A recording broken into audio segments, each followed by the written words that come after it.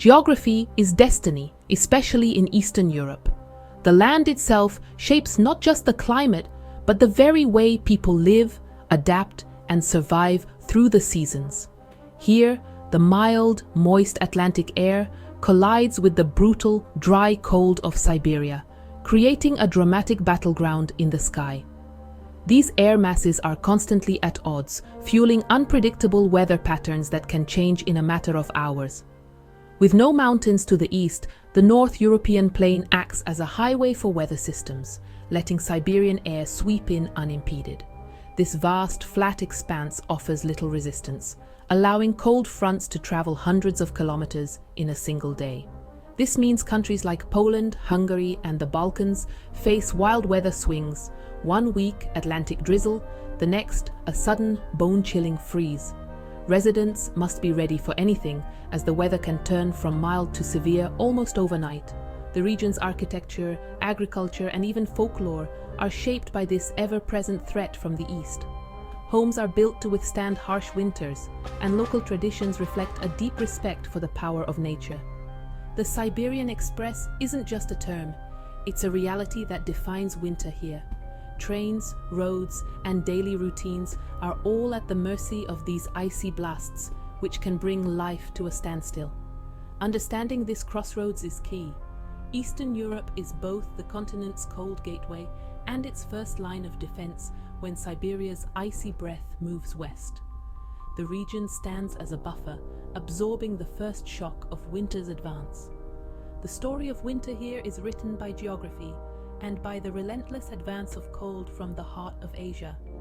Each year, the people and the land brace themselves, knowing that the next chapter in this climatic saga is always just around the corner.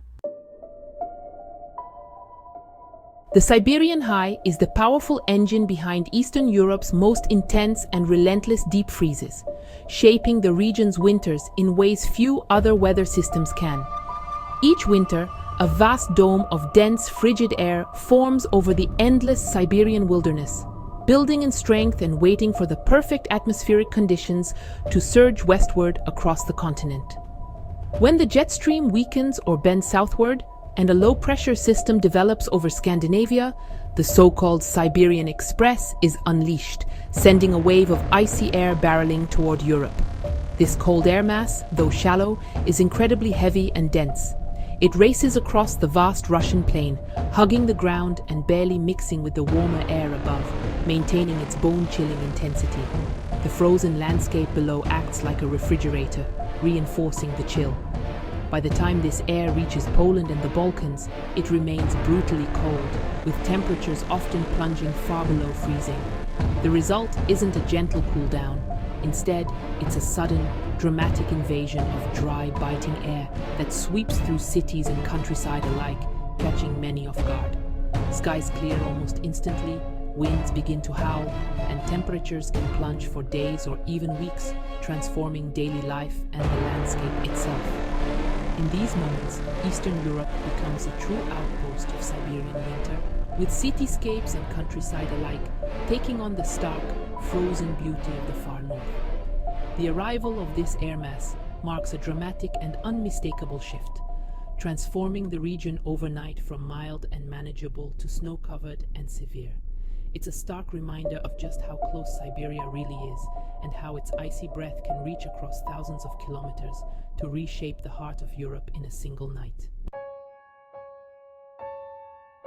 The westward march of Siberian air across Europe isn't just a matter of chance. It's made possible by powerful atmospheric phenomena known as blocking patterns, which shape the very nature of winter weather across the continent. Imagine a blocking high as a massive traffic jam in the sky, where the usual west-to-east flow of weather systems comes to a grinding halt, causing clouds and cold to linger for days or even weeks. When a stubborn high-pressure system parks itself over the North Atlantic or Scandinavia, it acts like a wall, diverting the jet stream and preventing the usual mild, moist Atlantic air from sweeping into Europe.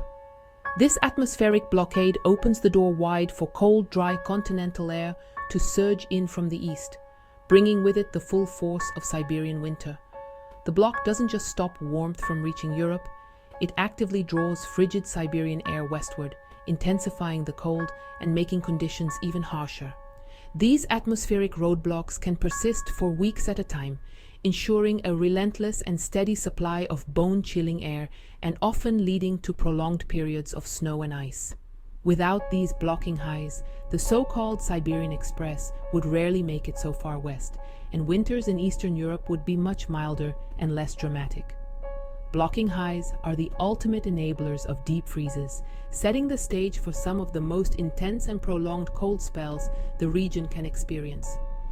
They transform Eastern Europe into a battleground, where the moderating influence of the Atlantic clashes with the relentless severity of Siberian cold, creating dramatic weather contrasts.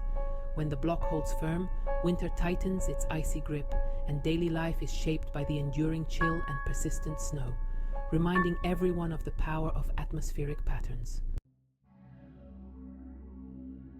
The Scandinavian bloc is one of the most effective cold traps for Eastern Europe. When a high-pressure system settles over Scandinavia, it holds the Atlantic's mild air and creates a powerful easterly wind. This wind acts as a direct pipeline, channeling Siberian air across the Baltic and into Poland and beyond. The result? Temperatures plummet, skies clear, and the cold intensifies. The bloc can persist for weeks, turning a brief chill into a relentless freeze. Day after day, the cold is reinforced, rivers freeze, and frost penetrates deep into the ground. The region becomes a weather cul-de-sac, trapped in a cycle of cold until the bloc finally breaks. The Scandinavian bloc is the classic setup for severe cold waves in Eastern Europe. It's the atmospheric lock that keeps the Siberian winter in place. The Carpathian Mountains are Eastern Europe's gatekeepers. When Siberian air arrives, these mountains force the cold to pile up on their slopes, intensifying the chill in Poland, Slovakia, and Ukraine. The air is trapped, creating stagnant, raw cold with fog and freezing drizzle. Eventually, the cold finds gaps, like the Vienna Gate, funneling into Hungary's plains and boosting wind chill. Further south, the Balkan and Dinaric Alps trap cold air inland, sparing coastal cities but deepening freezes in basins like Sofia. The result is a patchwork of microclimates, deep freezes in valleys, milder air just over the mountains. Mountains don't stop the cold, they shape and concentrate it, making the Siberian snap more intense in some places and sparing others. Geography turns a single cold air mass into a mosaic of winter extremes. Poland stands on the front line of Siberian cold. With no eastern barriers, it's the first to feel the beast from the east. A sudden wind shift brings a rapid, dramatic drop in temperature. An invasion, not a gentle cool down. The dry air clears skies but brings biting winds, making it feel even colder. The flat landscape lets the cold spread fast, freezing rivers and locking the country in a deep freeze. Poles adapt with robust infrastructure and layered clothing, knowing these conditions are part of life. Meteorologists across Europe watch Poland's weather closely. It's the early warning for the rest of the continent. Poland is both victim and sentinel, signaling the advance of Siberian winter. What happens here today happens elsewhere tomorrow. After crossing the Carpathians, Siberian air settles in the Pannonian Plain, Hungary's cold basin. Surrounded by mountains, the plain traps cold air, creating a persistent cold pool. The result? Strong temperature inversions, with frigid air in the valleys and milder air on the hills. In Budapest, the cold is damp and stagnant, with fog and low clouds lingering for days. The lack of wind makes the chill seep into everything, affecting daily life and transportation. The famous Hungarian puszta transforms into a frozen, misty landscape. The mountains contain and intensify the cold, turning a passing chill into a lingering freeze. In Hungary, a Siberian outbreak is a guest that overstays its welcome. In the Balkans, Siberian air collides with Mediterranean warmth, creating volatile weather. The Dinaric Alps shield the Adriatic coast, but inland cities like Belgrade and Sarajevo endure deep freezes and persistent fog. When the cold builds up behind the mountains, it can burst through as the Bora, a fierce hurricane-force wind that slams the coast with sudden icy blasts. The Bora disrupts life, closing bridges and damaging infrastructure. Further south, the cold air picks up moisture over the Aegean, dumping rare, heavy snow on Greece, even Athens. The Balkans showcase the drama of this clash: stagnant fogs, violent winds, and surprise snowfalls. Mountains turn a simple cold mass into a series of high-impact weather events. The journey of Siberian air ends here, with a final unpredictable flourish. Geography ensures no two cold snaps are ever the same. Understanding these patterns isn't just academic, it's vital for survival. Accurate forecasts give governments and citizens time to prepare, saving lives and money. Energy grids brace for surges, transport crews mobilize, and farmers protect crops and livestock.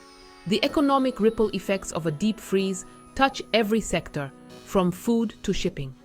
For individuals, knowledge means stocking up, dressing right, and staying safe from frostbite and hypothermia. In a region defined by its role as Europe's cold gateway, preparation is resilience. Geography may be destiny, but understanding it turns disaster into a challenge that can be met. The cold will come, but with knowledge, people can face it on their own terms. In Eastern Europe, winter is a test of both nature and human adaptability.